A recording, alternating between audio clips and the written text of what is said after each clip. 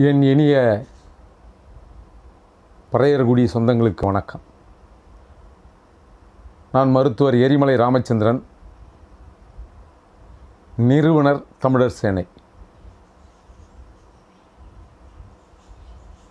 போன வாரம் ஒரு துறை என்கிட்ட ஒரு கேள்வி எழுப்பினார். என்ன கேள்வின்னா, உங்களுக்கு ஏன் ஈரோடு ராமசாமி நாயக்கரை அவர் அப்படி சொல்லலை, ஏன் உங்களுக்கு தந்தை பெரியாரை பிடிக்கல, நீங்கள் விமர்சனம் பண்ணுறீங்க அப்படின்னு என்கிட்ட ஒரு கேள்வி வச்சார். நான் சொன்னேன், ஏங்க நீங்கள் பேசுகிற தந்தைன்றதெல்லாம் நமக்கு எங்கள் அப்பா இருக்கார், யாருக்கு யார் தந்தைன்னு முதல்ல ஒரு கேள்வி வச்சேன். நீங்கள் என்னங்க நீங்கள் அப்படின்னாரு. பெரியார்னு சொல்கிறீங்களே, அது மீனம்பாள் சிவராஜ்னு எங்கள் சாதிக்காரன் எங்கள் முன்னோர் கொடுத்த அந்த பட்டம் தான் அது. அப்போ அது ரெண்டுமே சொல்ல முடியாது, தந்தைன்னு சொல்ல முடியாது, பெரியார்னு சொல்ல முடியாது. அது பறையர் கொடுத்த மீனம்பாள் அம்மா மீனம்பாள் சிவராஜ் கொடுத்த பட்டம். உங்கள் அப்பனா உங்களுக்கு ஏன் பிடிக்கல, அவங்களுக்கெல்லாம் பிடிச்சிருக்க அப்படின்னு என்ன கேட்டார். நான் சொன்னேன், பொம்பளைங்க ரவிக்க துணி போட்டதுனால துணி விலை ஏறி போச்சுன்னு ஒரு ஆள் பேசினார். அதனால் என் பெண்கள், பெண்கள் இல்லை பண்டலர் பெண்கள், தமிழச்சிங்க ரவிக்க துணி போட்டால் துணி விலை ஏறுதுன்னு சொல்கிற அளவுக்கு நெஞ்செழுத்தம் இருந்தால் நான் எப்படிங்க நீங்கள் ஆதரிக்கிறது அப்படின்னு நான் சொன்னேன். இல்லை வேறு ஏதோ இருக்கும், நீங்கள் வீம்புக்குன்னு பேசுகிறீங்க. ஆமாங்க, வீம்புக்குன்னு தான் பேசுகிறேன். என் மொழி தமிழ் மொழி காட்டு மேராண்டி மொழின்னு சொன்னார். அதனால் எனக்கு பிடிக்கிறது இல்லை, என் மொழியை இழிவுபடுத்துகிறோம், தாய் தடுத்தாலும் தடுக்காத அப்படின்னு சொல்லியிருக்காங்க என் முன்னோர்கள். அதனால் எனக்கு அவர் பிடிக்கிறது இல்லை. ஒரு முறை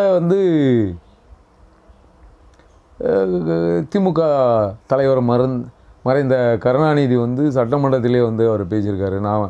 நான் பேசினா நீங்கள் தப்பாக நினைப்பீங்க, இந்த ரஷ்யாவை படையெடுத்துச்சுன்னா நான் ரஷ்யாவை ஆதரிப்பேன்னு தந்தை பெரியார் சொன்னார் அப்படின்னு, அவர் மேலே தேசிய பாதுகாப்பு சட்டம் பாயல அப்படின்னு அவர் சட்டமன்றத்திலே பேசியதா எனக்கு இருக்கு. அப்புறம் அவர் தான் எங்களுக்கு ராமசாமி நாயக்கர் புழைக்க வந்தவர். அதனால் இது நல்லா கேட்டுங்க, புழைக்க வந்தவர் அவர் தான் எங்களுக்கு பெண் விடுதலையை வாங்கி கொடுத்தாராம், படிக்க வச்சாராம் அவர். ஏன்னா அவர் இருக்கிற காலத்தில் நம்ம ரட்டமலை சீனிவாசன் ஐயா என்ன படிச்சிருந்தாங்க, வழக்கறிஞர்.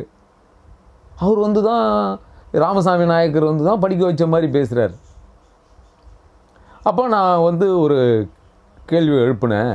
எங்கள் முன்னோர்கள் ஏற்கனவே அறிவு சார்ந்தவங்க. அவர் ராமசாமி நாயக்கர் பிறக்கிறது முன்னாடியே நாங்கள் திருக்குறள்லாம் நாங்கள் பார்த்துருக்கோம். ஏகப்பட்ட நூல்கள் எங்ககிட்ட இருக்குது. இவர் எதை பார்த்து படித்து அறிவாளி ஆனார்ன்றதை முதல்ல தெரிஞ்சுக்கங்க அப்படின்னு சொன்னேன். இல்லை நீங்கள் பழைய கதையை பேசுகிறீங்க, அவரை பற்றியான ஒரு விஷயம் தெரியுமான்னு என்கிட்ட கேட்டார். என்ன சொல்லுங்க அப்படின்னு நான் சொன்னேன். அதுக்கு அவர் சொன்னார், அவர் 13 கோயிலுக்கு தர்மகர்த்தாவாக இருந்தார், அது தெரியுமா உங்களுக்கு அப்படின்னு என்ன கேட்டார். அப்படியா, 13 கோயில் தர்மகர்த்தா அந்த பதவி எது மூலயமா கிடச்சிச்சு? ஒன்று சாதி ரீதியாக அவருக்கு தர்மகர்த்தா பதவி கிடைச்சிச்சா, இல்லை அவர் படித்த கல்வியினால் அவருக்கு தர்மகர்த்தா பதவி கிடைச்சிதா, அல்லது செல்வந்தர் பணக்காரன்றதுனால அவருக்கு கிடச்சிச்சான்னு நான் கேட்டேன். அதில் ஒரு ஆழமான அவர் கேள்வி பாருங்கள். 13 கோயிலுக்கு தர்மகர்த்தா இருந்தார். ஈஸ்வரன் கோயில் நுழைவு போராட்டத்துக்கு 2 பறையருக்கு 100 ரூபா தண்டம் கட்டினார் நீதிமன்றத்தில் அப்படின்னு அவர் சொல்ல. நான் சொன்னேன், ஏங்க 13 கோயிலுக்கு தர்மகர்த்தா இருக்கிறாரு, அவர் மனசு வச்சு இருந்தாருன்னா உள்ளே அனுப்பியிருக்கலாம் தானே அப்போ அரசியல் பண்ணுறதுக்காக தான் கோயில் நுழைவுன்னு கூப்பிட்டு போனாரான்னு இது ஒரு வார்த்தையை கேட்டேன். இல்லை அதுக்கு முன்னாடி நான் பேசிய அந்த 3 கேள்வி வந்து எப்படி கேட்டேன்னா, சாதி ரீதியாக அவருக்கு வந்து அந்த தர்மகர்த்தா பதவி கிடைச்சிருந்தா அவர் 4 வர்ண கோட்பாடை ஏற்றுக்கொண்டாருன்னு தானே அர்த்தம். அப்போ 4 வர்ண கோட்பாடை ஏற்றுக்கொண்டவர் எப்படி வந்து சாதி ஒழிப்புன்னு அவர் பித்தலாட்டம் தானே பண்ணியிருப்பார். அவர் எப்படி அந்த கிடைச்ச பதவியை சாதி மூலிமா வர்ண கோட்பாடு மூலிமா கிடைச்ச பதவியை அவர் துச்சமாக தூக்கி எறிஞ்சிருக்கணும். ஏன் தூக்கி எறியல அப்படின்னு நான் ஒரு கேள்வி வச்சேன். 2வது கல்வி அப்படின்னு பார்த்தீங்கன்னா, கல்வியில் படிச்சிருந்தீங்கன்னா நீங்கள் வந்து ரெட்டமலை எல்லாருமே நம்ம பறையரசு குடியில் வந்து எல்லாருமே படித்தவங்க தான். சும்மா இவங்க நினைக்கிற மாதிரியெல்லாம் கிடையாது. வட்டமேஜை மாநாட்டில் வெள்ளக்காரன் கூப்பிட்டு பேசுகிற அளவுக்கு தான் இந்த பறையர் குடி வாழ்ந்துருக்கு. யாரும் எம்சி ராஜாவாகட்டும், மீனம்பால் சிவராஜாவாகட்டும், வேதமாணிக்கமாக இருக்கட்டும், சுவாமி சகஜானந்தாவாகட்டும், எல்லாருமே படித்தவங்க தான். இவர் வந்து எங்களுக்கு வந்து புதுசாக கல்வி படிக்கணும்னு இவர் கூப்பிட்டு போய் ஒன்றும் செஞ்சிடல. அப்போது கல்வி ரீதியாக கிடைச்சிருந்தா அவர் ஏன் வந்து ரெட்டமலைக்கெல்லாம் கிடைக்கல அப்படின்னு ஒரு கேள்வி வச்சேன்.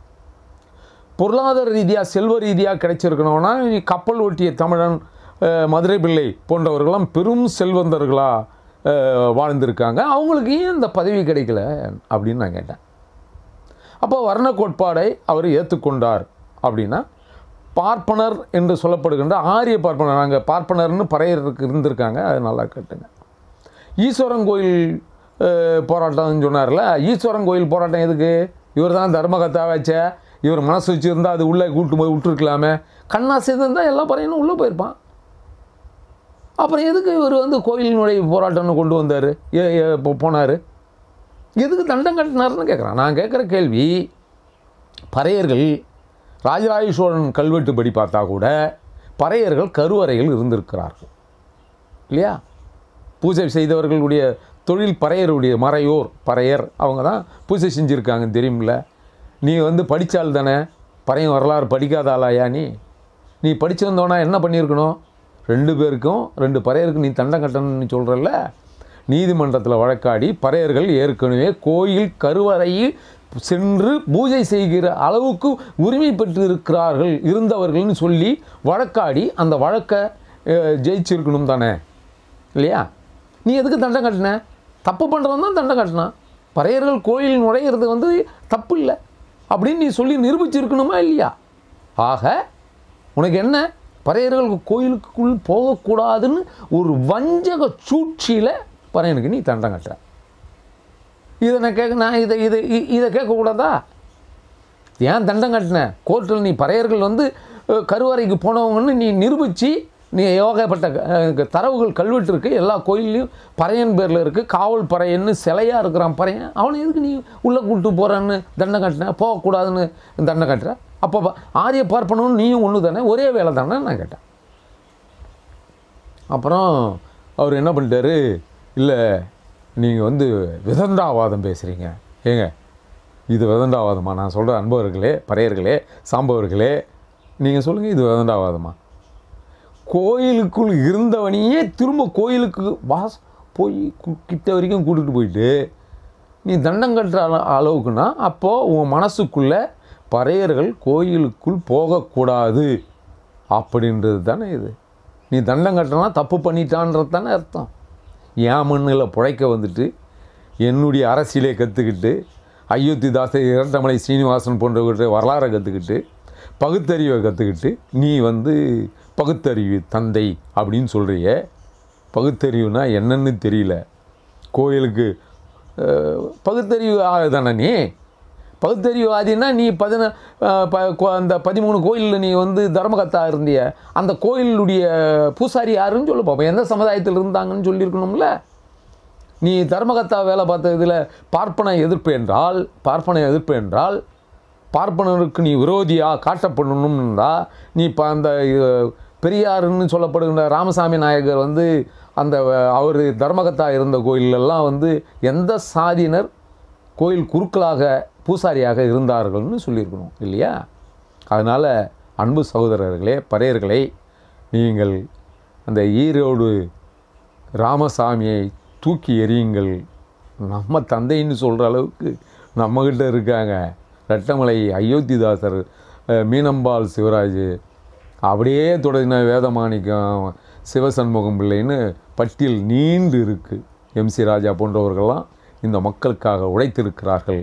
பறையர்களே, பெரியார் என்று சொல்லப்படுகின்ற ஈரோடு நயவஞ்சகத்தனம் பொருந்திய ஈரோடு ராமசாமியை, நாயக்கனை தூக்கி எறிவோம் என்று சொல்லி விடைபெறுகிறேன். நன்றி, வணக்கம்.